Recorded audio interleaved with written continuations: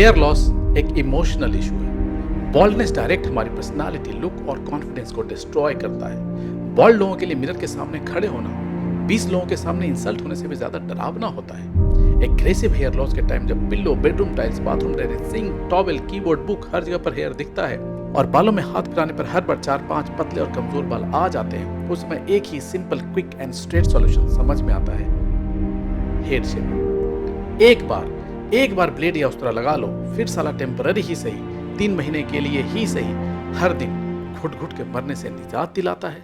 उस समय doctor, scientist, सारे ट्रीटमेंट सब बेकार और सैलून का बार्बर ही भगवान लगता है। 20 रुपए के हेयर शेविंग में जो रिलीफ मिलता है वो PRP हेयर ट्रांसप्लांट से ज्यादा असरदार लगता है। साला टेम्पररी ही सही, पर हेयर शेव जोरदार लगता है।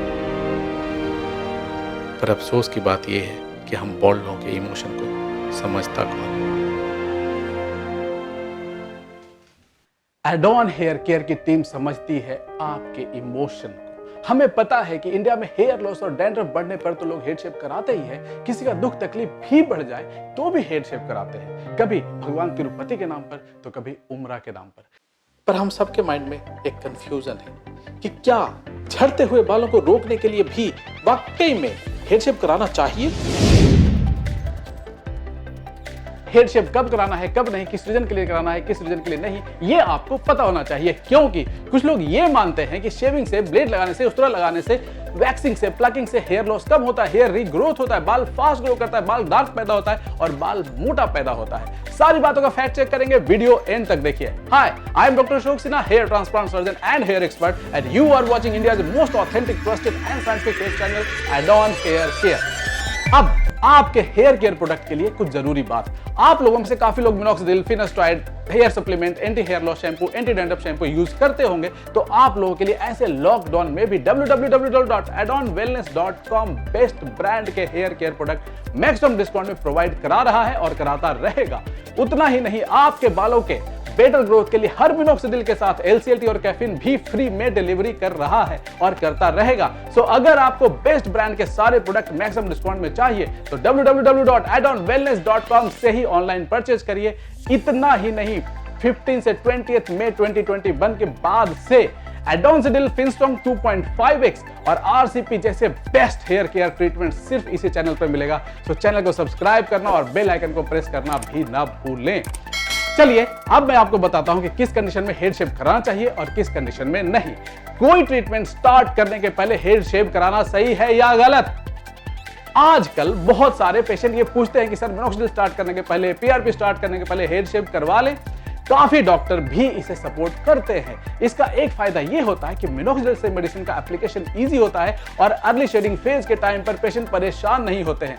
बट मैं ट्रीटमेंट के पहले हेड शेविंग को सपोर्ट नहीं करता, क्योंकि इसका एक बहुत बड़ा नुकसान होता है। हेड शेव के कारण हेड शेव कराने के बाद आपको पता ही नहीं चलता है कि आपने जो ट्रीटमेंट स्टार्ट किया है वो काम कर रहा है या नहीं। अगर आपने शेव करा लिया और हेयर लॉस बढ़ गया तो आपको पता ही नहीं चलेगा। 3 से 4 या 5 या 6 महीने बाद जब हेयर रीग्रो करेगा तब तक डैमेज बहुत बड़ा हो चुका रहेगा और आपका गंजापन बहुत ज्यादा बढ़ चुका होगा। इसलिए ट्रीटमेंट स्टार्ट करने के पहले हेड शेविंग नो। बहुत ज्यादा डैंड्रफ हो तो शेव कराना चाहिए या नहीं?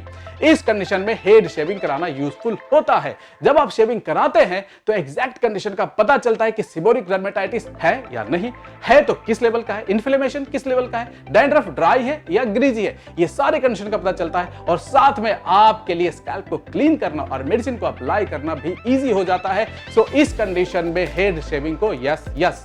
सोराइसिस के कंडीशन में शेव नहीं कराना चाहिए। सोराइसिस के कंडीशन में शेव कराने से सोराइसिस का पैच एक्सपोज हो जाएगा और आपका लुक खराब दिखेगा और शेविंग के दौरान कट लगने से किमनराइजेशन होने का चांस होता है, जिससे आपका सोराइसिस उस एरिया में और बढ़ सकता है। सो सोराइसिस के कंडीशन में नो शेविंग।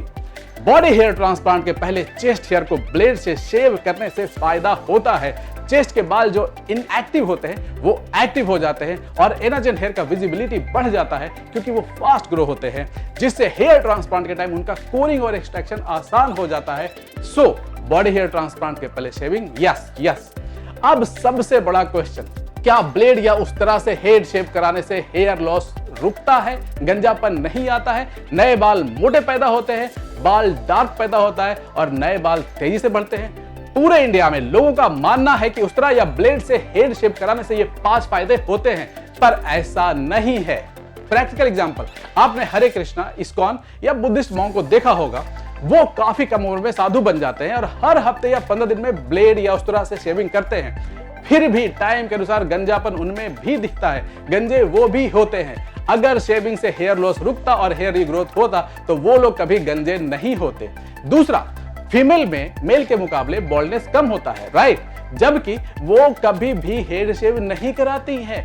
अगर शेविंग के रूल को अप्लाई करें तो फीमेल में बॉल्डनेस ज्यादा होना चाहिए, पर ऐसा नहीं है। तो अगर आप ये 5 रीजन के लिए ब्लेड या उस्तरा लगवाते हैं तो आप भी वही कर रहे हैं जो ऑस्ट्रिच खतरा देखकर करता है। ऑस्ट्रिच के बारे में एक ऐसा मिथ है कि जब डेंजर आता है तो वो अपने सर को सैंड में घुसा लेता है और सोचता है कि चूंकि अब डेंजर मुझे नहीं दिख रहा तो डेंजर गायब हो गया, पर ऐसा नहीं होता है। ब्लेड या उस्तरा से शेव कराने से ग्रॉस हेयर लॉस जैसे पिलो पर, बेडरूम में, बाथरूम में, सिंक में, हाथ में शैम्पू करने पर दिखना बंद हो जाता है, क्योंकि बाल छोटे छोटे होते हैं, नंगी आंखों से नहीं दिखता है, पर हेयर लॉस होता रहता है, गंजापन बढ़ता रहता है। ऐसा नहीं है कि सिर्फ आपको ही ऐसा लगता है, सदियों से पूरी दुनिया के लोग ऐसा सोचते हैं और वेस्टर्न कंट्री में कई स्टडी भी हो चुका है। 1920 में, 1928 में, 1970 में बॉडी के डिफरेंट पार्ट के हेयर को अलग अलग टाइम पर स्टडी के लिए यूज भी किया गया है। कभी पैर, कभी चेस्ट, कभी बियर्ड। हर बार कंक्लूजन एक ही था कि शेव कराने से ना तो बालों के बढ़ने का स्पीड बढ़ता है और ना मोटाई बढ़ता है। हेयर लॉस और हेयर रीग्रोथ के बारे में तो आपने खुद भी देखा होगा कि जब बाल छोटे हैं तो नहीं गिरता है और जैसे ही बड़े होते हैं गिरने लगते हैं। एक्चुअली इनफैक्ट ऐसा भी नहीं होता है, बाल हमेशा ही गिरता है, चाहे वो बड़ा हो या छोटा। शेव कराने पर वो दिखता नहीं है, परेशान नहीं करता है, क्वेश्चन नहीं पूछता है, इरिटेट नहीं करता है और बड़े होते ही हाथ में, कॉम में, पिलो में, टाइल्स पे, सिंक पर हर जगह दिखना स्टार्ट हो जाता है। इसलिए ऐसे कंडीशन में हेड शेव कराना सिर्फ एक टेम्पररी फॉल्स रिलीफ देने का काम करता है। यह एक इल्यूजन है और सेम टाइप का फॉल्स इल्यूजन हिजामा के टाइम में भी होता है। हेड शेव के कारण हेयर लॉस दिखता नहीं है तो लोगों को लगता है कि हिजामा इफेक्टिव है, पर एक्चुअली हिजामा भी एक इल्यूजन है। पर दुनिया के लोग ऐसे कंफ्यूज होते क्यों हैं? क्योंकि शेविंग, वैक्सिंग और प्लकिंग से एनाजिन फेज ट्रिगर होता है और सिर्फ फर्स्ट डे या नेक्स्ट डे हेयर का ग्रोथ सबसे ज्यादा होता है। और दूसरा, शेविंग के बाद जब हम बालों को टच करते हैं तो रूट के पास वाला मोटा पार्ट फील होता है, जिससे हमें ये इल्यूजन, हमें ये कंफ्यूजन होता है कि बाल तेजी से बढ़ रहे हैं, मोटे बढ़ रहे हैं, काले हो रहे हैं, ऐसा जबकि नहीं होता। अब अगर कोई और क्वेश्चन इस टॉपिक से रिलेटेड आपके दिमाग में है तो कमेंट में लिखिए। उम्मीद करता हूं कि सारे क्वेश्चंस के आंसर आपको मिल गए होंगे। Thank you very much for watching this video. Stay tuned.